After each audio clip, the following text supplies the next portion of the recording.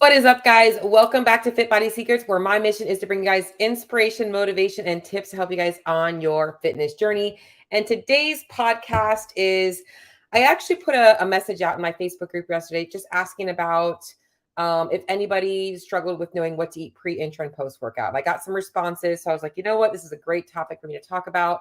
And by the way, if you're watching on YouTube, you can see I have my hand taped with kinesio tape, kind of a exciting thing. I did my first workout yesterday with like bar muscle ups in it, but the result of not using your hands for kipping motions for about 4 or 5 months is that your hands are a little softer. So got my first post-surgical tear yesterday. So if you see that, that's what's going on with my hand. But anyways, today's episode, I am going to be talking about pre, intra, and post-workout nutrition. And it's funny because I titled this episode, The Most Important Meal Isn't Breakfast, because I think that there's so many people out there that have been told, and they know it's not true at this point, but like breakfast is the most important meal of the day.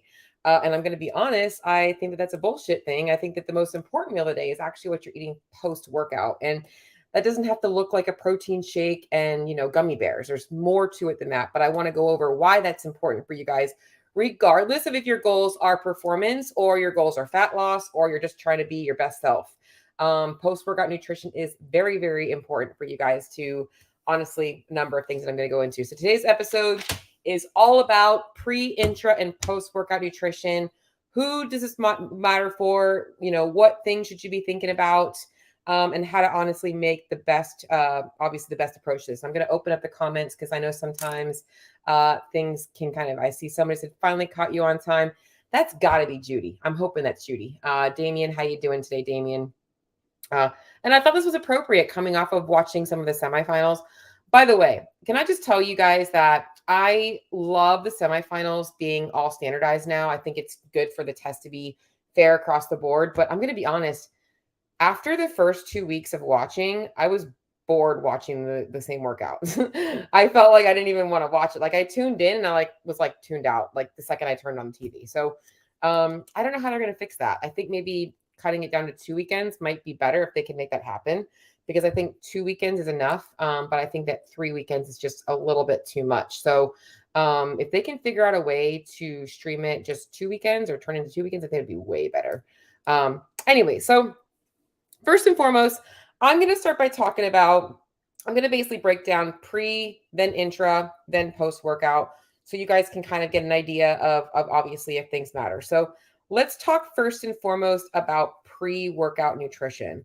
And this is one of the things that I want you guys to understand doesn't matter that much as long as you're paying attention to a few key factors. All right. So number one is, let's talk about how, if you need to be thinking about a pre-workout meal, is how do you feel? All right. So how you feel before going into a workout is really important. I see a question about fasting a good thing instead of breakfast. I'll talk about that in a second. That's a good question. But when we talk about pre-workout nutrition, how do you feel going into your session? Do you feel like I can't wait to eat? Like you're going to work out just so that you can get to the next meal? That's a sign that you probably should have a little something, because it means that your intensity or the volume that you're going to produce in that workout is going to be short-lived because you're like, I can't wait to eat. Okay, so how do you feel? How is your energy? Are you feeling a little sluggish? Are you feeling energetic? So sometimes talking about fasting, people like to work out fasted. So fasting does have a cortisol response, which is why I don't recommend a lot of fasting to clients. But that little bit of a cortisol response for some workouts can be good to keep intensity. So you actually might feel better and more alert going into your workout. We want to make sure we're fueling. We'll talk about post-workout in a second, but for some sessions, it's okay to be a little bit fasted. If you feel good, you have to think about how you feel. Are you feeling the pit in your stomach? Not a good sign, right? We also don't want to be full before we work out. We don't want to have a big bowl of pasta and now we feel like we're way down for our workouts either. So that's why I'm going to go into some things that you guys can think about. By the way, I put together a quick list of simple guys, pre, intra, post-workout meals that you guys can use in snacks. So if you guys want that, just shoot me a message and I will make sure that I get that over to you. I already put it in my Facebook group, so I was going to send that out to everybody along with this episode in there for you guys. So how do you feel? Other questions to ask yourself is, what type of day is it? Is it the beginning of the day or is it later in the day? So first thing in the morning, if you're getting up to go to your CrossFit class at 5 a.m., I don't want my clients getting up at 3:30 just to eat a meal to digest it before their workout. Like, that's not what I want, but we'll go into some other strategies for that as well. Next question to ask yourself is, how long is your session going to be and what does your session entail? Okay. If you're going in to do some skills and you're not really going to be pushing a lot of intensity, maybe 30 minutes, it might not be so important for you to have a meal post-workout or pre-workout as long as you feel good. Okay. Next question to ask yourself about pre-workout is, when was your last meal? All right. So if you have not eaten something since 8 o'clock in the morning and you're going to 5 o'clock CrossFit class and you've been stressed all day, you probably should eat something pre-workout. So we want to make sure that we are getting in something in that pre-workout meal for those purposes. So, and I want to also put a little bit of an emphasis on what type of a pre-workout meal I'm talking about here. Hey, Jody, is if we are talking pre-workout, I'm talking about a snack that you guys can eat 30 to 60 minutes prior to your session. So anything outside of that, I'm going to consider a normal part of your routine. Like, it's a normal part of your day. You have a snack at 2, and then your workouts at 4. Like, that's a normal part of your day. But if it's been an extended period of time since your last meal or snack, then we want to make sure we're taking in a pre-workout snack. If we're taking in a snack before as a normal part of our day, those snacks should be balanced in terms of like proteins and carbs and a little bit of fat, because you have a little bit more time to digest. You want those things to sit in. So honestly, when I talk about pre-workouts, the best way to not have to worry about a pre-workout meal is planning your meals and snacks in such a way that it co-aligns with the timing of your workout. So if you know you're going to the 4:30 p.m. CrossFit class, you should probably have a snack at around 2:30 or 3 of maybe 200 to 300 calories, a little bit of fat, some protein and carbs, something that makes you feel good but doesn't sit heavy in your stomach. These types of pre-workout snacks that I'm going to be putting out for you guys are for those of you guys looking for something that's just a little bit more instant and that 30 to 60 minutes prior to your workout to just top things off, make sure you're feeling good. Okay. Because like I said, I think the other thing is part of anybody's normal routine, whether you're working out or not, you can have that snack. All right. So what types of foods are we looking to include in this pre-workout window, this 30 to 60 minutes? We're looking for simple, easy to digest carbohydrates with maybe a little bit of protein just to keep them in your system a little bit longer and getting those essential amino acids running through your muscles. So something like maybe a little bit of yogurt and some granola, or even just the granola if you don't want that yogurt sitting in your belly, a granola bar, a slice of toast with some really good thing, guys. Take a slice of toast, whole grain toast, smash up some banana in it, and you could even drizzle it. Like, I'll take the powdered peanut butter because it's not a lot of fat, mix it with some water to create like a drizzle it on top of that. It's a great pre-workout snack, low fat, a little bit of protein in it.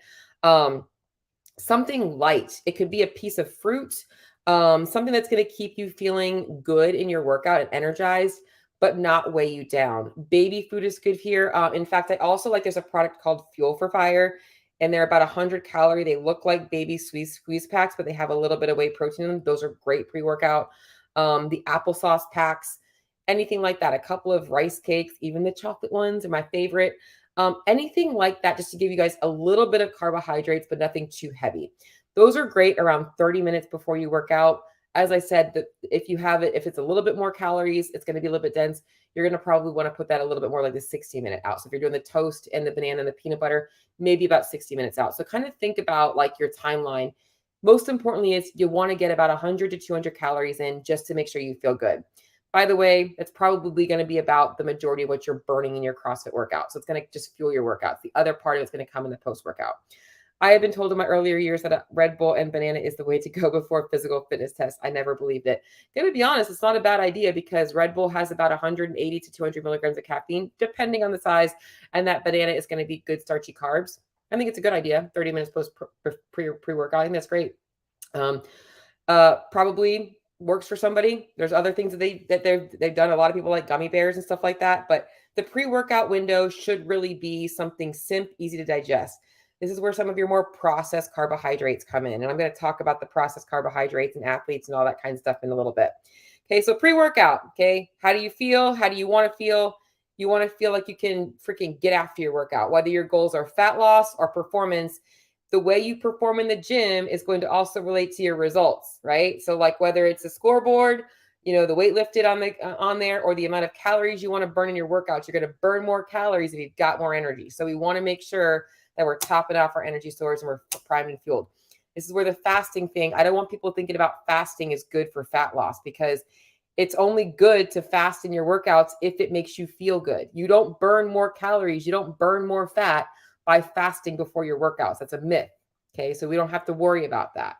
Better off being fasted now, or being fed. Now, the big thing about when we're talking about calories and pre-workout and post-workout is, and I'm going to go into this a little bit, but you have to know what phase you're in. So if you're in a fat loss phase and your calories are a little limited, you're also going to want to make sure you're spacing things out. But this is where I'm going to talk about the most important meal of your day is not breakfast. Okay. Whether you're in a fat loss phase or you're in a performance-based phase, this timing around your workouts is going to really set you up for success no matter what your goals are. Okay.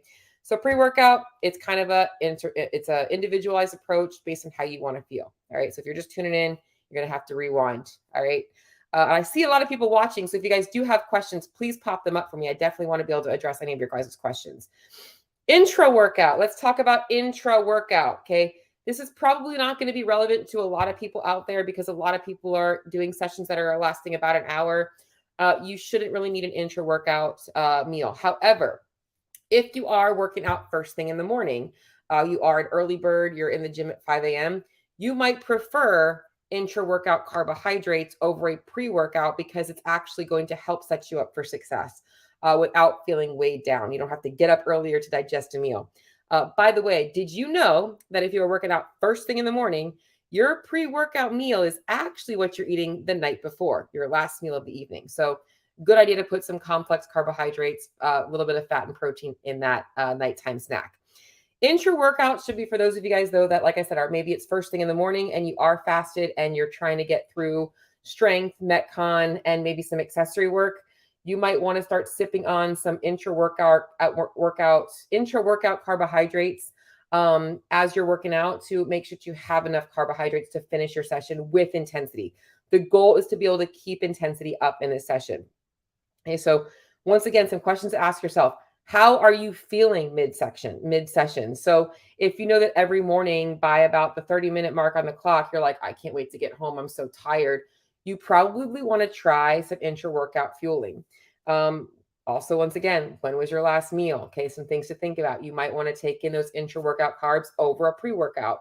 That might make you feel a little bit better if you don't want to risk kind of feeling sick to your stomach while you're doing burpees. But we're talking about intra-workout nutrition. We're probably going to want to put that, like I said, we're either sipping on it as we start our workouts or at around that 30 to 45-minute mark, somewhere in that range, we start sipping on those carbohydrates. What we're looking for in these intra-workout is going to be simple carbs.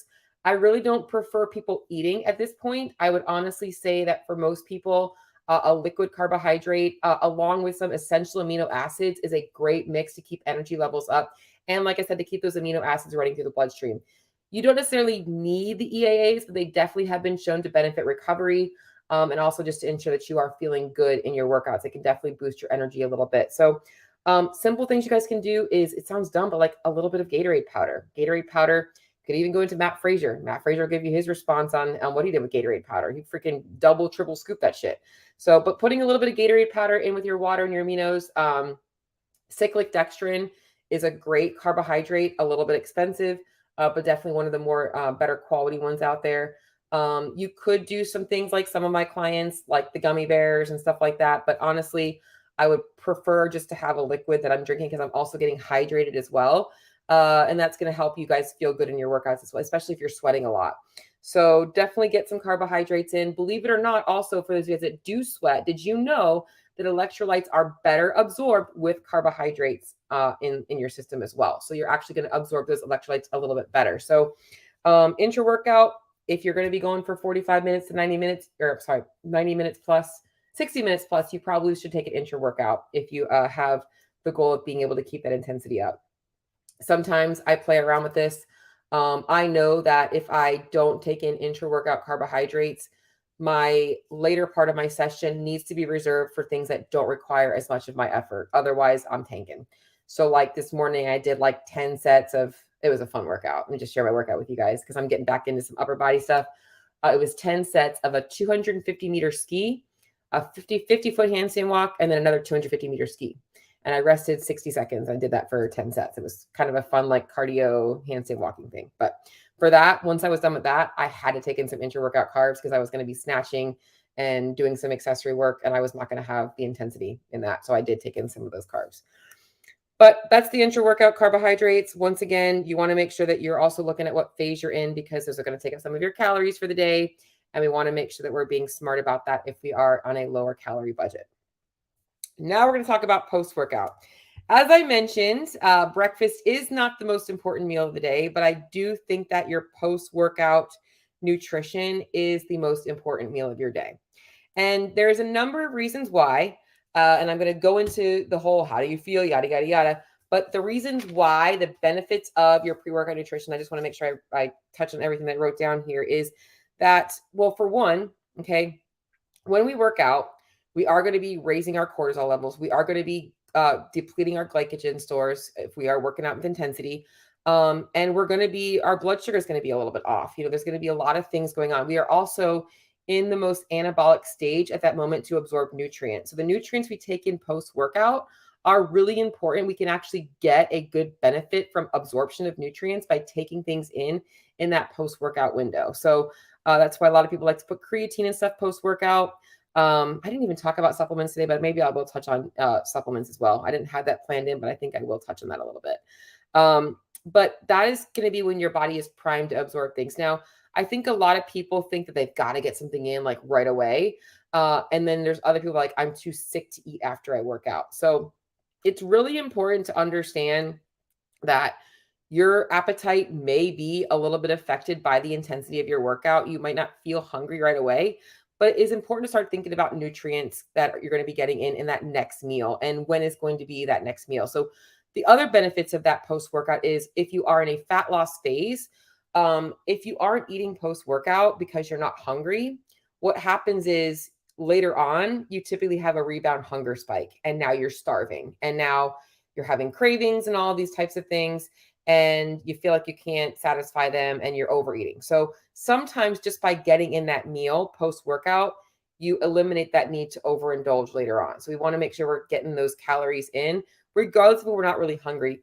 Here's what I always remind people is like, you can be at a dinner table and you have like steak and asparagus and potato and you're like, I'm so full, I'm good.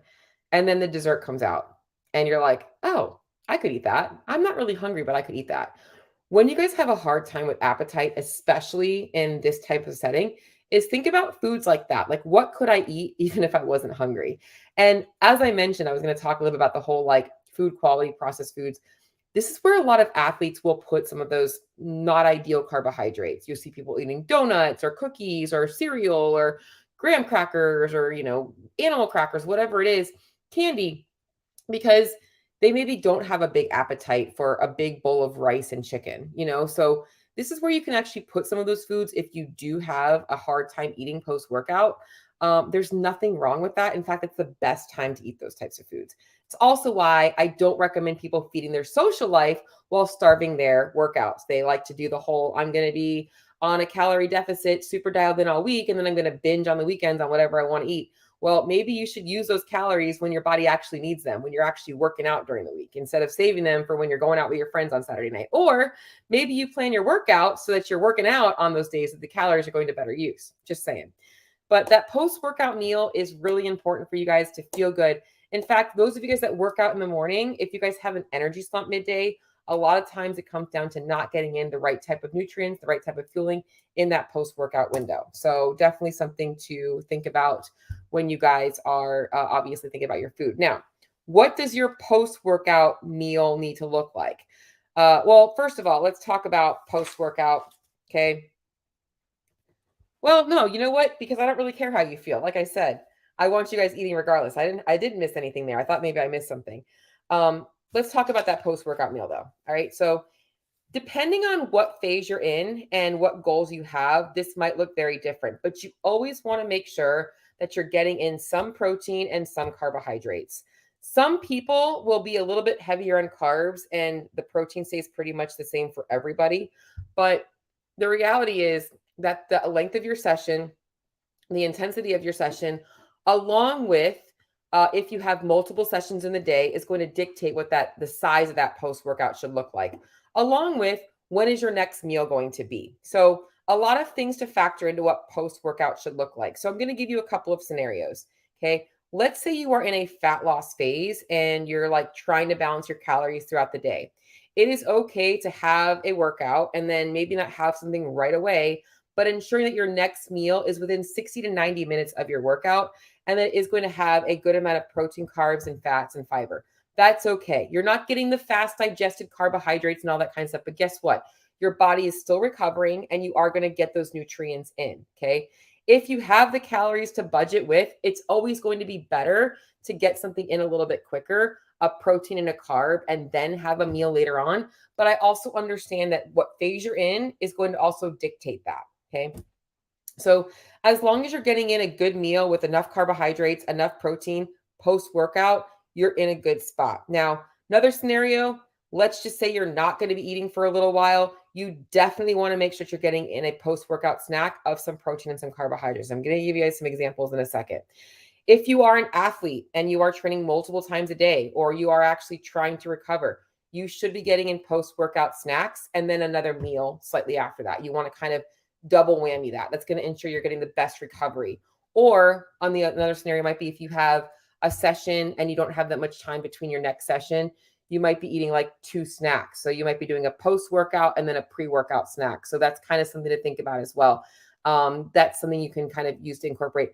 The most important thing, guys, is this is all individualized. Everything we do here is everybody's going to be a little bit different.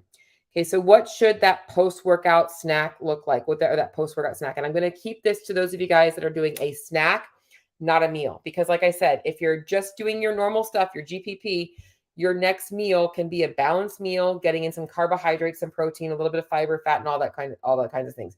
If it's going to be a true post-workout, we want this types of foods, and we're talking within that like 30 to 90 minute window. Okay, so here's what we're looking at for that post-workout snack.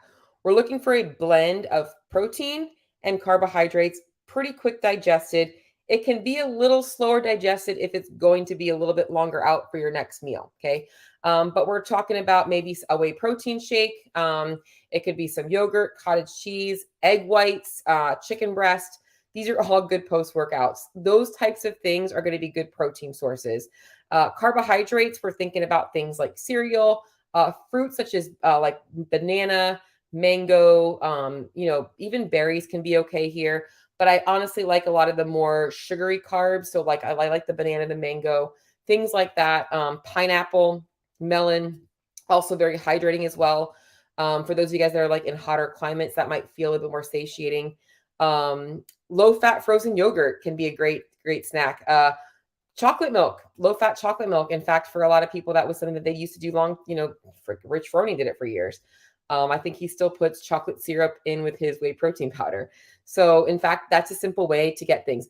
What you want to consider though here when we're talking about your post-workout snack is, once again, what phase are you in? Are you a performance athlete and you are actually looking to perform your best? You actually can probably afford more liquid carbs and those more dense carbohydrates and proteins because you aren't on a calorie budget. Vice versa, if you are a fat loss client, you might want to be a little bit smarter about the type of food you're eating because you want to feel more satiated. I would probably do more whole food stuff that's actually going to require some digestion, some yogurt, some berries, granola, cereal, those types of things as well. Jody, what would you choose to break your fast? An English muffin or Eggo waffle paired with 2 eggs? Honestly, Jody, I would say that either of those is a good thing, but I would say that your English muffin, if they're both paired with 2 eggs, I think that's great. I think it also depends on the length of your session. English muffin is typically going to be about 25 to 26 carbs, 30 carbs. 1 Eggo waffle, I think, is probably less than that. But if you're topping it with some syrup, maybe it goes up. I would honestly tell you that you might want to go English muffins, some fruit, and your eggs. Or two Eggo waffles would be a good thing. So always eggs, but what would you choose to accompany eggs? I think either of those is fine. In fact, why not switch them up here and there? I personally, Jody, just so you know, I'm very much a food quality person.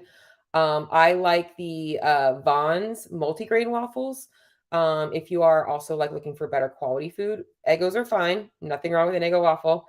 Grew up eating them. But if you're looking for one that has a little bit more fiber, more whole grains, and a little bit of protein, the Vaughn's multigrain are the ones that I like. I really like those. And in fact, if you guys have never tried this, put your waffles in the air fryer. They actually taste more like like a waffle from a shop. Like they get a little bit crispier than they do get in the regular toaster. It's something that I tried. I'm like, oh, this is amazing. I love my waffles. But that's some suggestions there for you, Jody. So yeah, we want to have some of those combinations. You can do a slice of toast, a little bit of powdered peanut butter, some banana is a great thing there. I love that kinds of stuff, guys. Just so you know, I'm a breakfast foodie. In fact, breakfast food is such good post-workout food. Cereals, granolas, all of that stuff is really good for that. Animal crackers, more snack food is good. But the main thing is, like I said, you want to focus on what phase are you in to ensure that you are also keeping that into consideration when you are planning in that meal. So that's kind of what I have to talk about in terms of pre, intra, post workout food. I can talk a little bit about supplementation, and I'm going to be honest, guys. I am a minimalist with supplements. I do think that there are some that are very effective. I think that there's a lot that are kind of gimmicky, but some supplements that you guys can obviously that I know that everybody should be taking is number one, creatine is a great supplement to help you guys with obviously boosting performance. The effects on ATP is going to help you guys get better use of energy in your muscles, better strength, better recovery. In fact, even better cognition, better brain function. Did you guys know that Lego my ego? Love that. Did you guys know that creatine is actually being used to help people with neurological conditions such as like Parkinson's, Alzheimer's, dementia, because of the effects on the brain? If you didn't know that, that's why it's good for more than just obviously muscle. So creatine's good. Beta alanine is another good one. Might give you guys a little bit of an itch though. So if you don't like that, just watch out for that. L-citrulline, glutamine. When you guys are looking for, but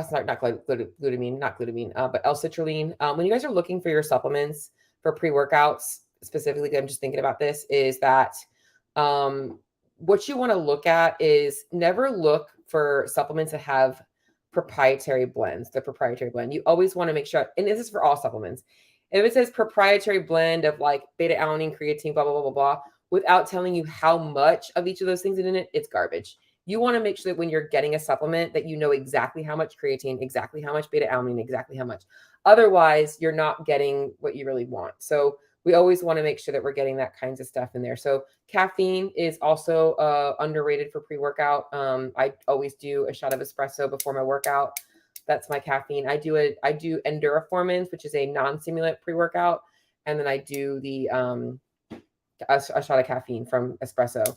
I'll put the show in my show notes, the links to what I take personally for pre-workout and post-workout. Post-workout supplements, I think whey protein is probably, guys, everybody should be taking whey protein. I think it's a great source of protein, whether you're working out or not. I use Level 1. I also use Formula 1. Other brands that I like, Extend has a great protein. I think that Dymatize ISO 100 is decent. P Science is a whey casein blend, better for baking, but also a good protein brand. I stick with what I know is FDA approved, third-party tested, just because I want to make sure I'm getting the best. And that's why I stick with First Form. So I'll make sure I give you guys the link to that, because if you order, you get linked to me, and that gives me some kickback. And I want to make sure that my people know that I'm supporting them, because I love First Form. I think that they're a great company. They have a lot of value to bring to the table for everybody. They do a lot to help people get fitter, not just sell supplements. So I'm thinking about some other supplements there. I think that's the main ones around your workout, just to kind of go over that. If my clients aren't currently on like a good quality multivitamin, vitamin D fish oil, but the main thing, guys, like I keep my supplements very small and simple, and that's the main thing. So creatine, beta alanine, those are the main ones for me. Anything else that you guys want me to discuss in terms of pre, intra, post-workout nutrition before I wrap up today?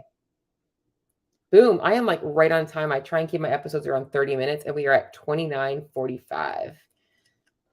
All right. Well, if you guys need anything, you know where to find me. If you guys want the quick little list I have of pre-intro post-workout stuff, shoot me a message. I'll put my email in the show notes, and then you guys can go ahead and send me a message, and then I will send it on over to you guys. But until next episode, I will see you all later.